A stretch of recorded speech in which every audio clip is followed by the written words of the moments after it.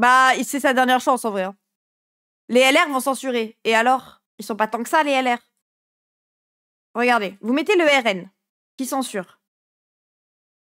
Vous mettez... Alors, les écolos, les communistes, le LFI, ouais, j'en ai plus rien à foutre. LFI, Ciotti, Horizon... Ah ouais? Oui, j'ai une majorité, mais j'ai pas une censure. Que 289 pour la censure. Ah ouais? RN aussi a rétropédalé? Envoyez-moi les sources quand vous me dites ça. Jamais de la vie, LR censure. Est-ce qu'on... Bah si, LR, ils ont dit qu'ils... Juste ici. Ah, pardon. Un vote de confiance, ce qui est normalement normal. Nous demandons un vote de confiance, ce qui est normalement normal. Un gouvernement arrive, il fait son discours de politique générale et il y a un vote de confiance. Ils veulent même pas en organiser. Et s'il n'y a pas de vote de confiance, alors là, nous, c'est même pas qu'on votera une censure, c'est je pense qu'on déposera nous-mêmes une motion de censure que l'on souhaite unitaire, parce que le petit jeu de c'est le PS qui la dépose en premier ou LFI, nous, on estime que si les écologistes la déposent, elle a plus de chances d'obtenir les voix nécessaires. Alors attendez, il faut peut-être... Parce que vous connaissez toutes les coulisses, les auditeurs. Non, mais vous avez raison, c'est compliqué. Voilà. Il y a donc LFI qui va déposer une motion de censure. Alors eux, ils la déposent là, avant même le discours de politique générale. Mais le PS nous estimons qu'il faut d'abord écouter le discours de politique générale, parce que si on ne le fait pas, on renonce à toute pression sur M. Lecornu, dont je répète que je pense qu'il n'a rien à faire là. C'est-à-dire que dans les conditions de non-censure, on en avait plusieurs. Premièrement, que le Premier ministre soit de gauche et écologiste. Bon, celle-là, elle est ratée. Il en restait d'autres. Et on va être très, très attentif à ce qu'il dit, parce que pour l'instant, sur l'environnement, par exemple, il ne nous a jamais donné aucune réponse. Et personne n'en parle, d'ailleurs. Elle a dit wait and see. Elle a dit, c'est plus automatique, quoi. Ça dépendra. C'est pas elle qui disait qu'il y en a marre de la boucle. Bah, c'est parce qu'elle est plus en vert, ça. Il faut aussi aller parler à Macron des heures, alors qu'il a déjà décidé de renommer Lecornu. Bah, c'est un peu ça. ELV ne veut plus s'allier à LFI, enfin tondelier, mais suivre le PS, mais ils peuvent pas le dire ouvertement. Mais en plus, moi, je trouve que stratégiquement parlant, c'est mauvais. Rétropédalage du RN aussi. Après, je pense que ça veut dire qu'ils le feront pas tous pareil. Parce que j'ai vu que vous disiez LR. Putain, il y a Youth 324 Tube qui force sur Mélenchon. Déjà, Mélenchon, c'est qui avec un E, frère? Mélenchon est passé de ce que la gauche appelle maintenant islamophobe. D'accord, donc tu mets ça entre guillemets, tu n'es pas d'accord avec l'existence du mot islamophobe. Qu'est-ce que l'islamophobie? Pour toi, ça n'existe pas? Au vu de ses propos sur le voile ou autre, il y a 10 ans, à pro-islam maintenant, pro-islam. Pro-islam, ça veut dire quoi pro-islam? Genre, oui, alors déjà, il a évolué en 10 ans, frère, tu l'as dit toi-même, 10 ans. Et pro-islam, bon, il est juste en mode, bon, il a changé sa vision de la laïcité, quoi. Un tel revers de position, je vois ça comme de l'opportunisme pour chercher les voix partout où il peut. Frérot, il y a 8% de musulmans en France. Est-ce que ça te semble être un bon corps électoral? Est-ce que tu penses que tu gagnes une présidentielle avec 8%? Oh, parfois vous êtes débiles aussi, hein. Vos stratégies que vous prêtez aux gens, elles sont même pas logiques. Bref, ça se passe bien la digestion de la propagande du RN, hein, je vous jure. Bon, attendez, le RN aussi, rétropédale. Si il y a suspension de la réforme des retraites, il y a débat sur censurer ou non. Mais on verra ce qu'il y a dans la corbeille. Enfin, évidemment qu'on écoutera dans ce cas-là ce qui est dit. Mais si vous voulez, vous vous rendez compte, nous, on est au service des Françaises et des Français. La censure n'est pas automatique. C'est jamais automatique. C'est juste qu'il y a une situation politique. Merci Molo Lamoula pour le 8e mois, merci beaucoup. C'est le chat. Avec cette situation politique, on se moque de nous, ça va la censure. Si M. Lecornu se dit, bon alors c'est vrai que je ne dis rien, que je propose rien, et après Borne, Attal, Barnier, Bayrou, Lecornu 2 va annoncer quelque chose, peut-être, mais enfin permettez-moi, au bout de 7 ans, 8 ans presque, de macronisme, d'être dubitatif. Voilà. Donc quand même, la position du RN, excusez-moi, sur la censure peut évoluer en fonction de la déclaration de politique générale du Premier ministre. Mais encore heureux. Enfin, vous vous rendez compte, ce serait d'une stupidité sans nom. Évidemment que si M. Lecornu annonce des mesures qui vont dans le sens de la maîtrise des comptes publics, de la baisse... Imaginez, M. Lecornu annonce la baisse de la TVA, comme nous le proposons, de 20 à 5,5 sur les énergies. Je ne vais quand même pas censurer une des mesures principales de Marine Le Pen. Mais encore une fois, c'est contradictoire. Marine Le Pen avait dit on Madame censure Atalaya. Mais parce que ça n'existe pas. Parce qu'on n'est pas des Bah socialistes, nous. On ne prend pas des vessies pour des lanternes. Marine Le Pen, elle n'a pas dit on censure de toute éternité n'importe quelle mesure qui arrivera. On dit, on se moque, elle a dit très clairement... Mais là, on parle pas de mesures, on parle du gouvernement lui-même. Genre, s'il y a une motion de censure sur le gouvernement, pas sur les mesures. Le niveau de retournement de veste, ah, je vous jure. Et ils font comme si, oh, mais c'est vous les débiles. Je suis un peu au courant. Oui, elle a dit ça, elle a littéralement dit, on censure tout. On se moque des Français aujourd'hui. Monsieur Macron nous balade, monsieur Lecornu nous balade, donc on censure tout et on arrête avec ce casting permanent. Vous savez très bien que ce qu'a voulu censurer Marine Le Pen et Jordan Bardella, c'est cette manipulation, ce casting, ces faux changements et, comment dire, amuser la galerie alors qu'on vit une situation très grave. Donc pour faire C'est vraiment des clowns. Bah, ils veulent le départ de Macron, ils ne signent pas les motions de destitution.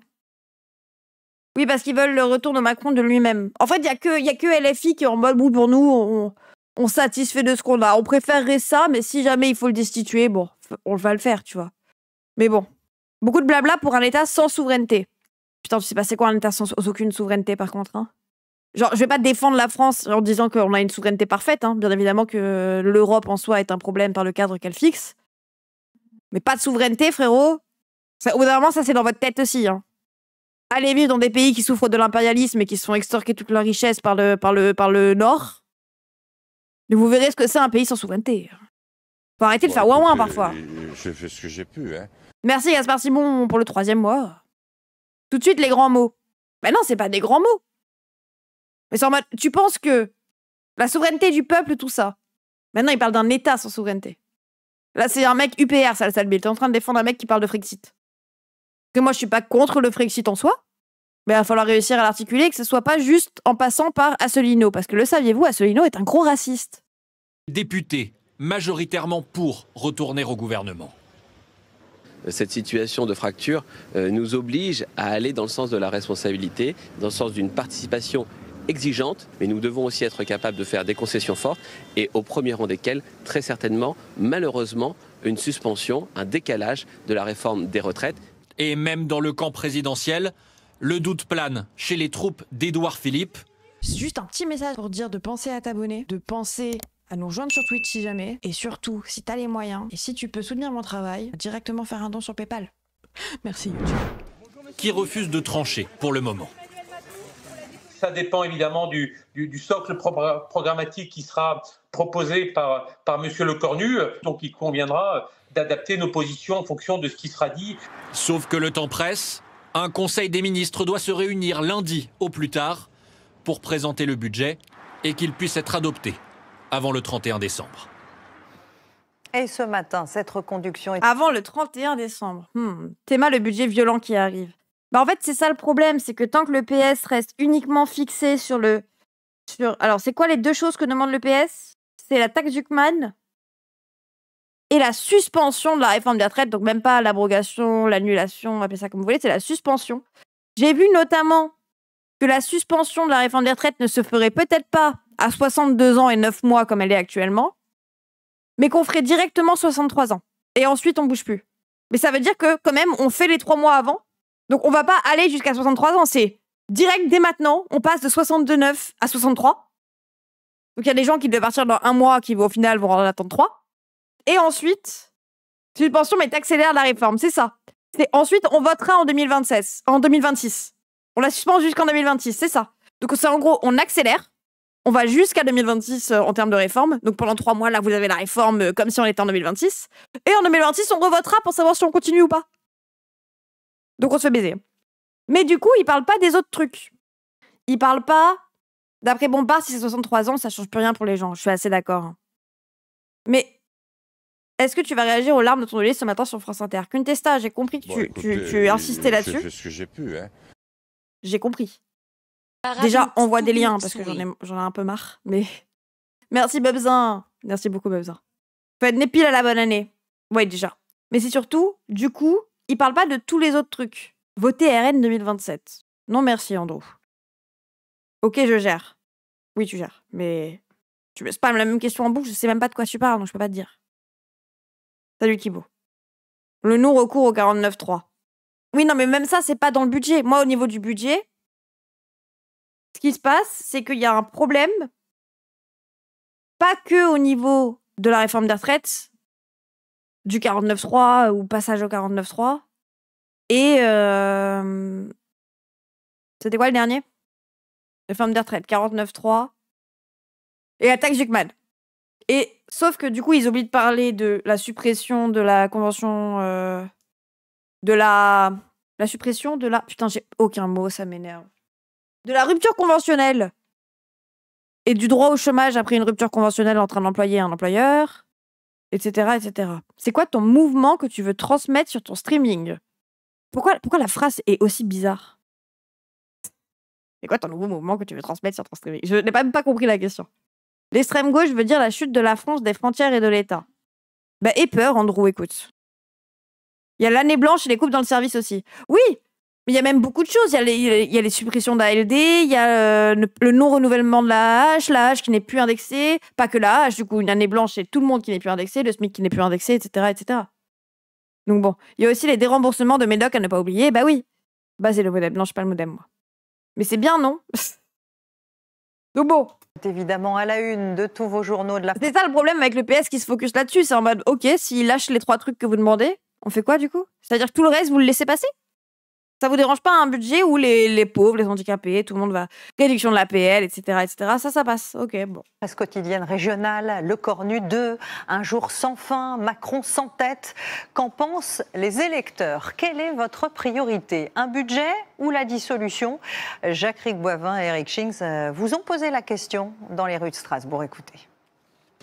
Chez Antoine le poissonnier, le sujet du jour, c'est la fraîcheur des coquilles Saint-Jacques, bien sûr.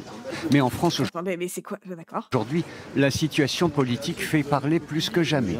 Antoine voudrait davantage de concorde. Il faut essayer que chacun mette un peu d'eau dans son vin et qu'on avance tous ensemble. Parce que là, on creuse un trou qui est sans fond, quoi.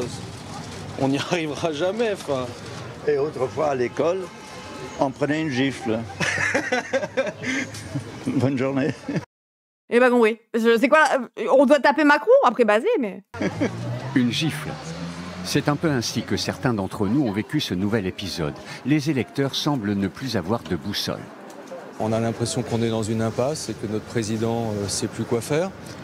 Et finalement, à reprendre les mêmes personnes, on va se retrouver avec les extrêmes. J'adore TF1 quand ils font les micro-trottoirs avec des spin analyses comme ça. Donc je suis extrêmement inquiet pour la France. Andrew, c'est Andrew ça. Les gens, ce qui se propose actuellement avec tous ces partis politiques qui ne veulent pas s'entendre. Alors le seul problème, c'est le déficit de la France, le grand défi, le grand problème. Ils n'en parlent absolument pas. Ce qu'il y a, c'est l'ego de chacun. Non mais les Alsaciens. Si la renomination de Sébastien Lecornu ne laisse personne indifférent, certains veulent croire que le Premier ministre peut y arriver. Je pense que des vieux, non. On est sur un marché en Alsace. Lecornu aujourd'hui est capable de faire consensus et de développer finalement une ligne qui pourrait plaire à l'ensemble des forces politiques autour de la table qui sont prêtes à travailler. Mais les optimistes restent très minoritaires. Vous découvrez à quel point le peuple est dépolitisé. Et si le prochain gouvernement devait être censuré, les regards se tournent alors vers l'Élysée. Pour moi, c'était terminé. Et moi, je pense qu'il faudrait faire une présidentielle.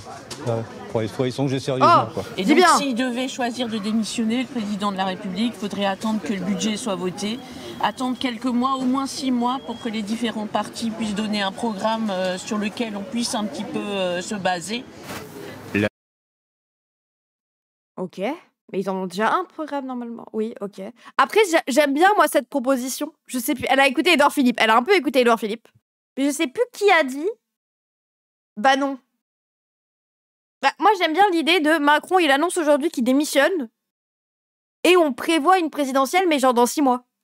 Pour laisser le temps au parti, quand même. Pourquoi attendre 6 mois? Je sais pas.